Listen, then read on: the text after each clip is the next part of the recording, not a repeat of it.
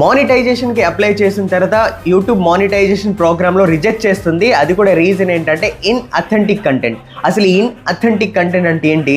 Originality లేకపోవడం, Google articles నుంచి ఏ చేంజెస్ లేకుండా as it is copy paste చేయడం, ఒక ప్రోగ్రామ్డ్ థింగ్ లేక అన్ని వీడియోస్ ఒకే లెక్క మాస్ ప్రొడ్యూసింగ్ చేయడం.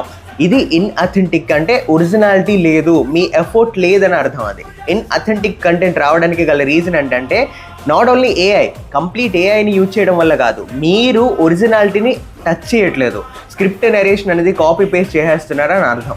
ఇప్పుడు ఎవరైతే మన షార్ట్ ఫార్మాట్ని ఫాలో చేస్తున్నారో వాళ్ళకి స్ట్రాంగ్గా చెప్తున్నా, మీరు ఓన్గా నరేట్ చేశారనుకోండి, యూట్యూబ్ పాలసీస్ని ప్రాపర్గా ఫాలో చేశారనుకోండి, ఇన్అథెంటిక్ కంటెంట్ రాదు ఏఐని యూజ్ చేసిన. సో ఈ ఏఐని యూజ్ చేసిన మనం ప్రాపర్గా దానికి సమాధానం చెప్పగలగాలి. ఈ వీడియో నేను ఎందుకు చేస్తున్నాను అనే పాయింట్ మన దగ్గర సమాధానం లేకుండా ఏదో ఒకటి చేసేస్తున్నాను అంటే జీరో నాలెడ్జ్తో అప్లోడ్ చేసేస్తే ఇన్అథెంటిక్ కంటెంట్ రావడం ఖచ్చితంగా వస్తుంది. సో ఇన్అథెంటిక్ కంటెంట్ రాకుండా ఎలా చేయాలంటే, మీరు ఒరిజినల్గా స్క్రిప్ట్ నరేట్ చేయండి. అలానే ఏదైతే చాట్ జీపీటీ నుంచి కానీ వేరే ఏఐ ప్లాట్ఫామ్ నుంచి మీరు జనరేట్ చేసే ఫోటోని ప్రాపర్గా ఎడిట్ చేసి ప్రాపర్గా ఉండేటట్టు చూడండి, క్రెడిట్స్ ఇవ్వండి, ఏం ప్రాబ్లం లేదు.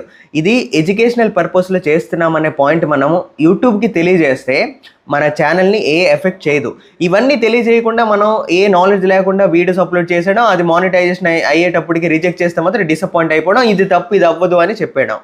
First knowledge is important monetization కంటే. ఫస్ట్ నాలెడ్జ్ తెచ్చుకోండి.